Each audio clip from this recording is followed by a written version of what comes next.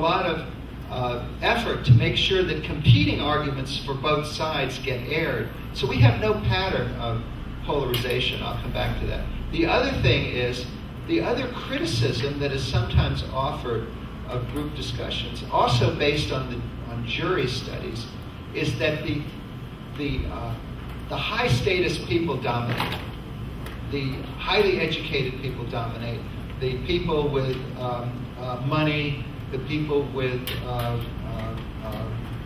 power, they dominate. They bring their advantages into the process.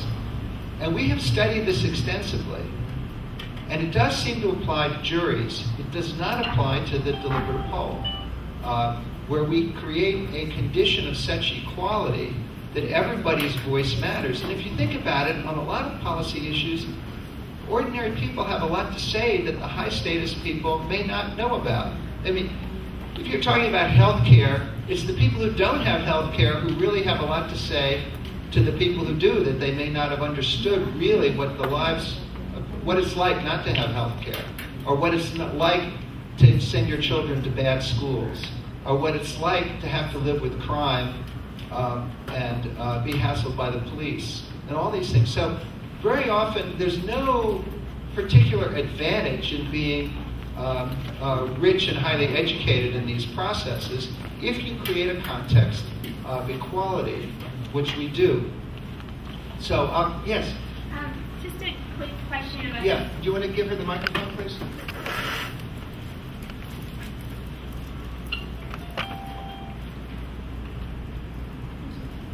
So a quick question about the small groups.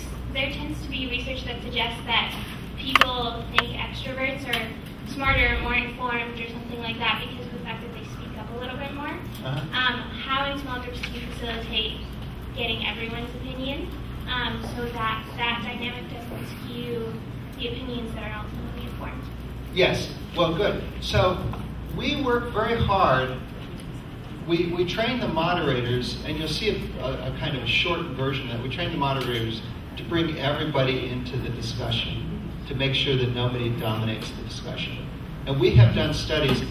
Alice, my deputy director, who will be with us remotely in presenting some of the stuff either Sunday or Monday whenever we reconvene, studied a lot of our projects where she actually counted the words of men and women and rich and poor and the rest. And generally, there was not an imbalance. We also did studies. She did studies, and we did even more studies where we looked at the initial position of the more advantaged, of the rich, the highly educated, the men as opposed to the women, and looked at, and for each of the policy issues we construct indices, right? And on those indices, and so with a lot of small groups and a lot